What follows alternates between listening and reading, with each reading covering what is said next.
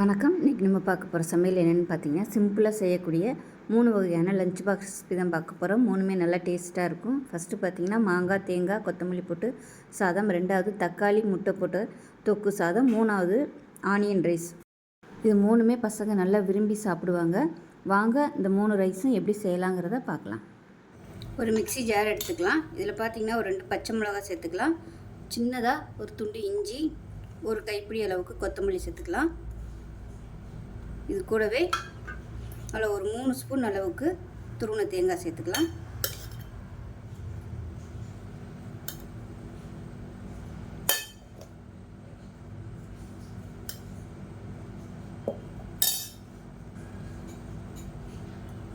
இது கூடவே ஒரு 1/4 டீஸ்பூன் போல் கடுகு சேர்த்துக்கலாம். இது வறுக்காத பச்சை கடுகு தான்.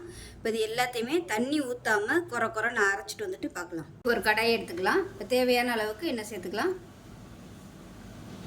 எண்ணெய் சூடானதும் ஒரு டீஸ்பூன் போல் கடுகு, உளுந்து சேர்த்துக்கலாம். ஒரு டீஸ்பூன் கடலைப்பருப்பு சேர்த்துக்கலாம்.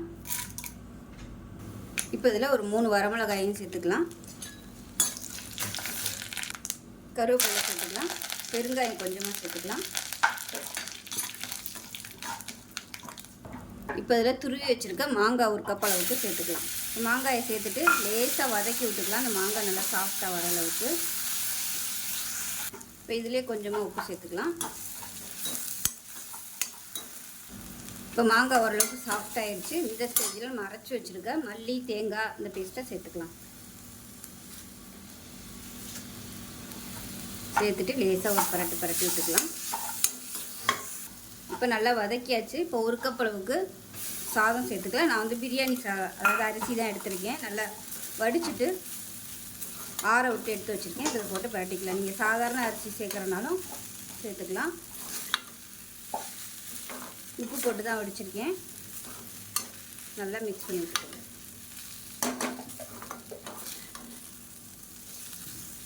இப்போ இதில் கொஞ்சமாக மஞ்சள்தூள் சேர்த்துக்கலாம். கலர் வேணும்னு நினச்சிங்கன்னா மஞ்சள்தூள் சேர்த்துக்கலாம். ஒன்றும் பிரச்சனை இல்லை. இதை டேஸ்ட் பண்ணி பார்த்துட்டு சாதம் வேணும்னா நீங்கள் இன்னும் கூட சேர்த்துக்கலாம். புளிப்பு டேஸ்ட்டை பார்த்துட்டு. அவ்வளோதான். சூப்பரான மாங்காய் மல்லி சாதம் ரெடி ஆகிடுச்சு. லஞ்ச் பாக்ஸுக்கு சூப்பராக இருக்கும். கொடுத்து விடுறதுக்கு டக்குன்னு செஞ்சு பாருங்கள். செஞ்சு பார்த்துட்டு எப்படி இருந்துச்சுங்கிறத சொல்லுங்கள். வீடியோ பிடிச்சி. இப்போ ஒரு கடாய் எடுத்துக்கலாம். தேவையான அளவுக்கு எண்ணெய் சேர்த்துக்கலாம்.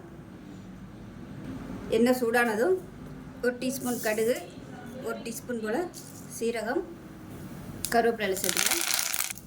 இப்போ இதில் ஒரு 10 பல் பூண்டு பொடியாக கட் பண்ணி சேர்த்துக்கலாம். அது கூடவே நீளமாக நறுக்கின பெரிய வெங்காயமும் சேர்த்துக்கலாம். சும்மா ஒரு கை அளவுக்கு சேர்த்துக்கலாம்.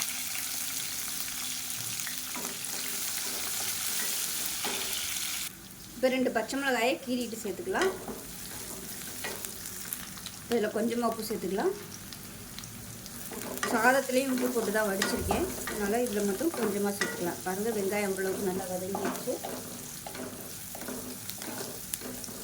இப்போ மசாலா எல்லாம் சேர்த்துக்கலாம். 1 டேபிள் ஸ்பூன் குழம்புத்தூள் மசாலா, அப்புறம் கொஞ்சமாக கரம் மசாலா, கொஞ்சமாக மஞ்சள்தூள். இது எல்லாத்தையும் நல்லா வதக்கிக்கலாம். ஸோ காரம் உங்களுக்கு தகுந்த மாதிரி நீங்கள் சேர்த்துக்கலாம்.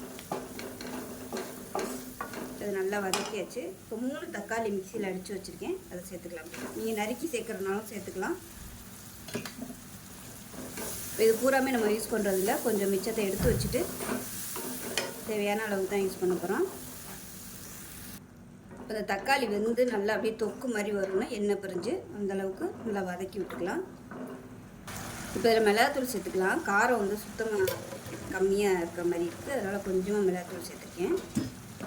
டேஸ்ட் பண்ணி பார்த்துக்கிட்டு பத்தலைனா நீங்கள் சேர்த்துக்கலாம். இன்னும் கொஞ்சம் லைட்டாக சுருக்குன்னு இருக்கிற மாதிரி இருந்துச்சுன்னா நம்ம சாதம் போட்டு கிளறையில் நல்லாயிருக்கும். இப்போ பாருங்கள், தக்காளி நல்லா வதங்கி தொக்கு மாதிரி வந்துடுச்சு. இப்போ இவ்வளவும் நம்ம அதாவது சாதம் போட்டு கிளற வேணாம். தேவையான அளவுக்கு மட்டும் வச்சுட்டு மிச்சத்தை ஒரு டப்பாவில் ஸ்டோர் பண்ணி வச்சுக்கலாம்.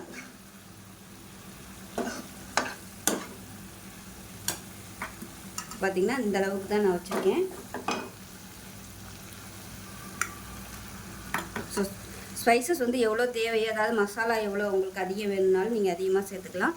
இப்போ இதில் பார்த்திங்கன்னா முட்டை வேக விட்டு எடுத்து வச்சுருக்கேன், ஒரு 3 முட்டை. இதை அப்படியே இதில் சேர்த்துக்கிறேன்.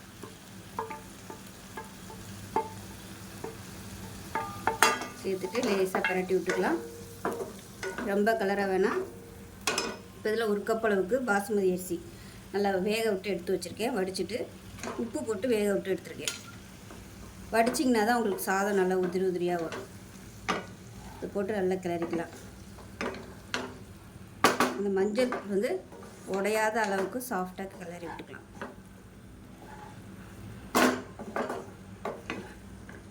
இப்போ அடுப்பு அதிகமாக வச்சுக்கலாம். ஏன்னா சாதம் ஆறிடுச்சதுனால கொஞ்சம் நல்லா சூடு ஏறுற அளவுக்கு அதிகப்படுத்திக்கலாம். இப்போ அப்படியே கொஞ்சம் சூடு ஏறட்டும். உப்பு பத்தாது, கொஞ்சமாக உப்பு சேர்த்துக்கலாம்.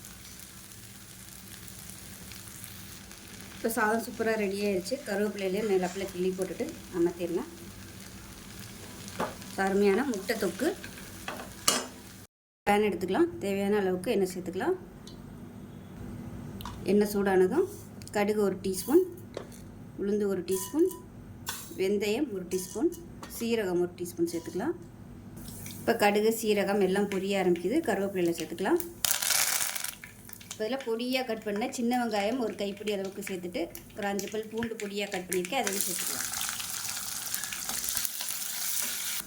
இப்போ பாருங்கள், வெங்காயம் இந்த அளவுக்கு நல்லா ப்ரௌன் கலரில் வதங்கணும். அப்போ தான் நல்லா வாசனையாகவும் டேஸ்ட்டாகவும் இருக்கும். இதில் கொஞ்சமாக பெருங்காயத்தூள் சேர்த்துக்கலாம். சேர்த்துட்டு அடுப்பு நல்லா மீடியத்தில் வச்சுக்கோங்க. இப்போ இதில் பார்த்தீங்கன்னா குழம்புத்தூள் 1 டீஸ்பூன், மிளகாத்தூள் 1 டீஸ்பூன், 1/4 டீஸ்பூன் மஞ்சள்தூள், 1/2 டீஸ்பூன் போல் சோம்புத்தூள். இது எல்லாத்தையும் எண்ணெயில் வதக்கி விட்டுக்கலாம்.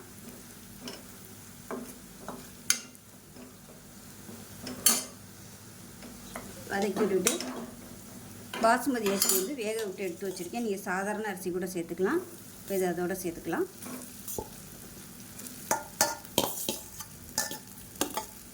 உப்பு போட்டு வேக விட்டு எடுத்து வச்சுருக்கேன். அதை போட்டு நல்லா கிளறி விட்டுக்கலாம். இப்போ இதில் உப்பு கம்மியாக இருக்குது. வெங்காயம் வதக்கையிலே கொஞ்சம் உப்பு சேர்த்துக்கோங்க. நான் மறந்துட்டேன், அதனால் இப்போ சேர்க்குறேன். நல்லா கிளறி விட்டுக்கலாம். அவ்வளோதான், சூப்பரான சின்ன வெங்காய சாதம் ரெடி ஆயிடுச்சு. நல்லா வாசனையாக இருக்கும், டேஸ்ட்டாகவும் இருக்கும். ரொம்ப சிம்பிளாக பண்ணிடலாம் டக்குன்னு. இது கூட ஒரு முட்டையோ அப்பளமோ வச்சு கொடுத்தீங்கன்னா சூப்பரான லஞ்ச் பாக்ஸ் ரெடி ஆயிடும். ஸோ இதே மாதிரியே செஞ்சு பாருங்கள். செஞ்சு பார்த்துட்டு எப்படி இருந்துச்சுங்கிறத சொல்லுங்கள். வீடியோ பிடிச்சிச்சின்னா லைக் பண்ணுங்கள், கமெண்ட் பண்ணுங்கள், சேனலை சப்ஸ்கிரைப் பண்ணுங்கள், பக்கத்தில் பெல் பட்டனையும் ப்ரெஸ் பண்ணுங்கள். நன்றி.